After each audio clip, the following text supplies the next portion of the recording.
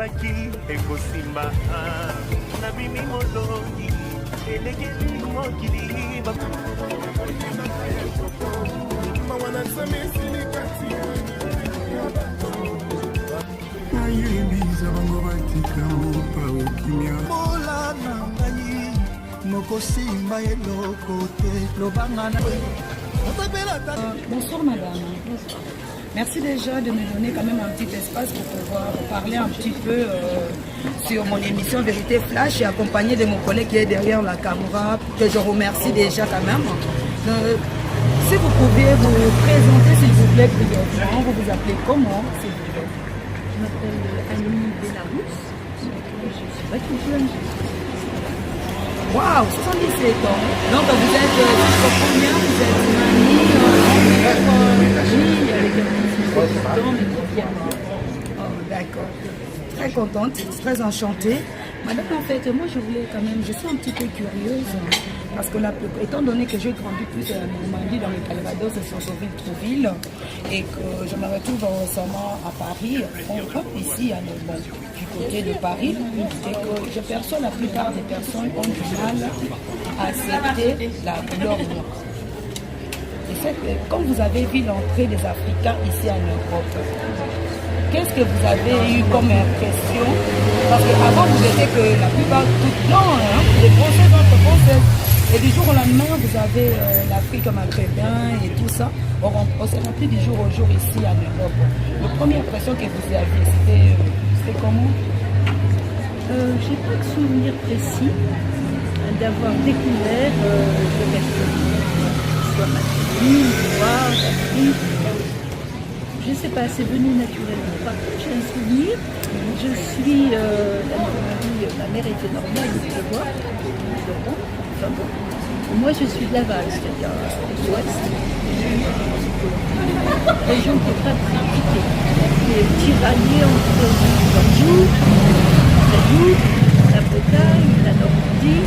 Et je me rappelais simplement une chose, c'est que j'avais 7 ou 18 ans et les premiers Quinois, comme on l'appelait, sont revenus d'Algérie parce qu'il y avait la dépendance. Et les gens étaient absolument abasourdis de voir des pieds noirs qui avaient été un petit peu fixés. Ils les appelaient des Arabes, pas du tout des Arabes. Et excusez-moi, madame, tu peux me demander une coupe de champagne, s'il vous plaît? Je vais demander au monsieur. Monsieur, s'il vous plaît, je voudrais avoir une coupe de champagne, peut-être que j'accompagne quand même une coupe de champagne, s'il vous plaît. Voilà, on vous écoute, madame. Et donc, je me souviens de l'étonnement qu'ils avaient. Moi, j'étais plutôt agréablement surprise de découvrir des gens tout à fait comme ils sont habitués de voir, mais moi, c'était plutôt une curiosité, mais agréable. J'avais envie de le découvrir, et je sais que dans cette région de l'Ouest, c'était l'étonnement, c'était déjà le style. Alors après, moi, personnellement, j'avais aucun problème, je suis plutôt attirée par la différence. Qu'elle soit maghrébine, arabe en général, noire, asiatique.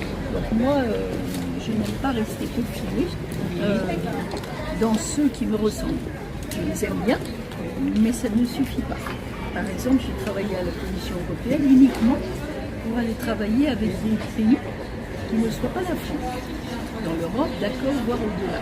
Pendant combien d'années vous avez travaillé à la Commission 3 ans.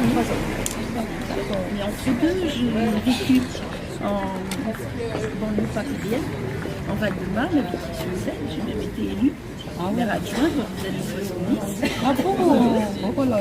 Et alors, j'ai vraiment toujours essayé de faire en sorte que l'on se connaisse entre les Français blancs d'origine. On ne sait jamais comment appeler les gens. Alors, et puis les Français, mais qui étaient par exemple de la deuxième génération. Et donc on avait des contacts, alors surtout en tant qu'élu, sur une municipalité avec des régions communistes qui font donc progressistes. Je ne renie pas les premières années d'engagement, au contraire. J'en ai retiré de richesse personnelle. Financière, voilà, zéro. À zéro. Mais On avait par exemple de très bons contacts à l'époque avec l'amicale des Algériens, et quand il y avait des choses qu'on ne comprenait pas dans certains quartiers, on sentait le racisme. Et dans les années 70, ça commençait tout juste. Et donc on en parlait avec l'amicale des Algériens, qui nous explique un peu comment il fallait comprendre les habitudes culturelles. Même pour des enfants qui naissent en France, qui vivent en France, l'école, etc. D'accord. Mais on sait bien que dans la famille, il y a toute une culture qui se transmet. Si on n'arrive pas à comprendre un peu ce qui se passe, il y a beaucoup de choses qui nous échappent dans les réactions et qui sont souvent mal interprétées. Merci beaucoup. Par contre, j'ai une autre question. Étant donné que vous étiez quand même une ancienne maire adjoint du maire des Petits-sur-Seine, dans les années 70, entre votre époque, ou comme vous venez de le dire, comment c'était qui comme président en fait? Il s'appelait comment le président à votre époque? Il s'appelait comment? Monsieur le Président, c'est comme aujourd'hui on a Macron, on avait Sarkozy, si vous vous rappelez bien, dans les années 70. Le président en France? Oui, en France. Ah, c'est normal. En 70, de toute façon, c'est la droite. Ouais, c'était la droite. Attendez, je cherche. 74, c'était Giscard, donc c'était Pompidou. Voilà. Ah ouais, l'époque de Pompidou. Pompidou, dans la foule de Giscard. Et Mitterrand arrive en 80, moi, pour des raisons personnelles, je n'ai pas beaucoup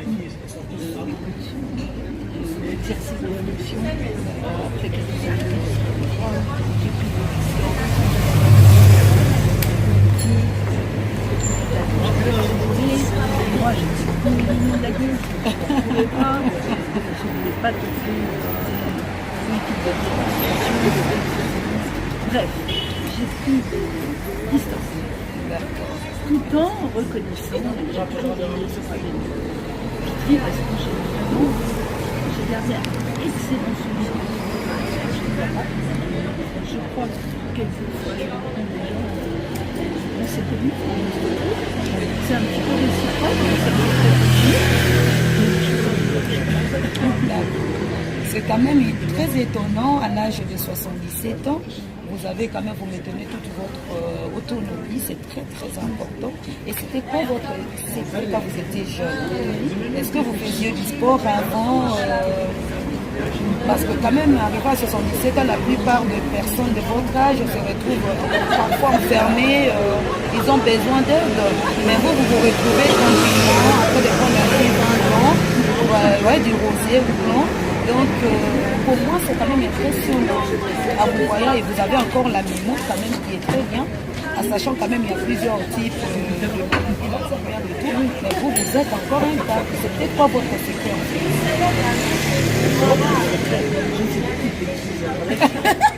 Et c'était quoi comme bêtise? tout ce que vous voulez. Tous les conneries du monde. C'était pas mon problème. Mais ce que je veux dire, c'est que la bêtise, ça a bien laissé. Ne fumez pas. Vous ne pouvez pas vivre une vie entière en fumant sans piquer. Il y a un moment donné, encore lâche. Se réveille pas parce que la fumée est mal. Au revoir.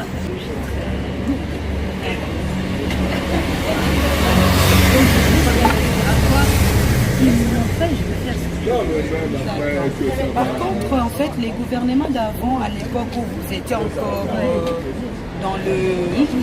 plus jeune en activité, avant votre retraite, et les gouvernements d'aujourd'hui de M. Macron, qui est le président quand même de la France, est-ce qu'il y a une grande différence ou toujours il y a un changement ou pas en fait? Oui, c'est une catastrophe. Et surtout, à l'époque,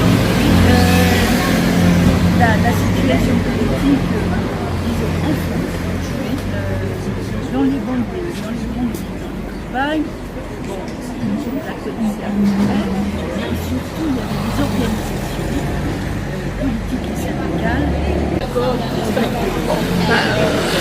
On n'est pas complètement à l'aise qu'à penser au monde, c'est une catastrophe. Mais au niveau des hauts fonctionnaires et de l'administration publique, il y avait une revendication, une pratique.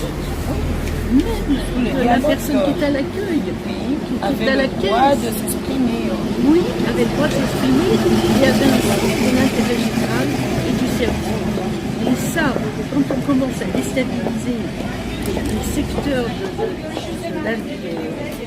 de l'administration publique, l'intérieur, avec la protection du président de la République, pourquoi pas. Mais tout ça par-dessus les ministères, les gens corrompus, sûrement, complices, sûrement. Mais Benalla est en train, à cause pour moi, à cause de Macron, c'est l'exemple même de la déstabilisation des institutions encore solides de la République. D'accord. Merci beaucoup. Par contre, qu'est-ce que vous en pensez par rapport aux devoirs et aux obligations en même temps, la politique, on peut dire ça comme ça, si je veux vraiment peser mes mots exactement, de M. Le Pen et sa fille Marie Le Pen, qui a quand même postulé, qui n'ont pas pu quand même être votés. C'est la catastrophe. C'est la catastrophe. Regardez ce que je suis en train de dire. Je viens d'acheter ça. Oui. Umberto Eco, Oui. reconnaître le fascisme. Le fascisme, d'accord.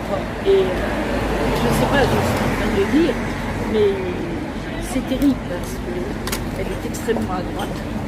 Il joue tout ce qui peut leur être reproché, antisémitisme, racisme, il conteste, parce que ça, voilà.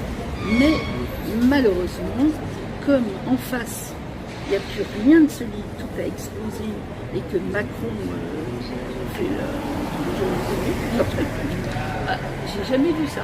Il fait une consultation avec les gilets jaunes, il commence par dire venez parler, de toute façon on ne changera rien. Alors bon, d'accord, mais je veux dire, il n'y a plus rien en face. Donc le Pen, c'est trop, c'est très dangereux, parce qu'il y a toujours une propensité, c'est que dans un pays qui est secoué par la crise, où la misère est forte, mais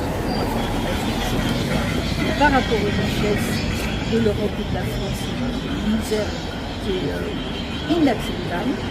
Et donc la réaction risque d'être on a tout essayé, rien ne va, allons-y, on verra, avec le pays.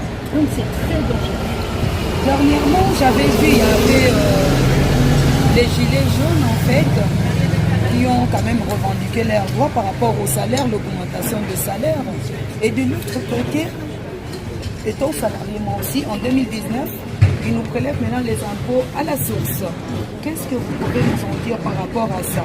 Premièrement, les gilets jaunes qui revendiquent le salaire, qui est vraiment plus indiqué par rapport aux personnes, les femmes seules qui élevaient toutes seules des enfants, pour augmenter au moins les primes d'activité qui a été faite, on peut le dire entre guillemets. Et puis de l'autre côté, M. Macron nous sort comme quoi que les impôts doivent être prélevés à la source, ça veut dire que chez l'employé. Qu'est-ce que vous en pensez par rapport à ces deux cas un petit peu Je suis en train de le vivre ici, ça ne me plaît pas. Ça ne vous plaît pas. Voilà. Donc, merci beaucoup. Hein, merci. Elle a tout résumé. Elle a tout vraiment résumé. Une dame qui est quand même forte à son âge, à l'âge de 77 ans. Je peux me dire qu'elle est encore très généreuse de nous accueillir dans notre émission. Voilà. Merci beaucoup.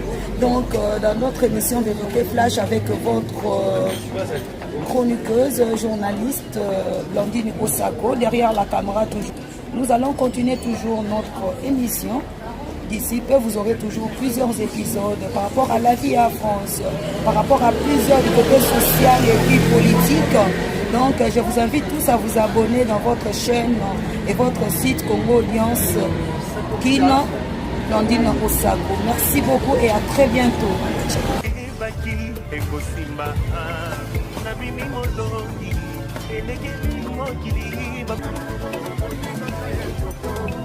mawana nzambe esili kati nayebisa bango batika mopa okimia bola na ngai mokosimba eloko te lobanga na otapela taka alliance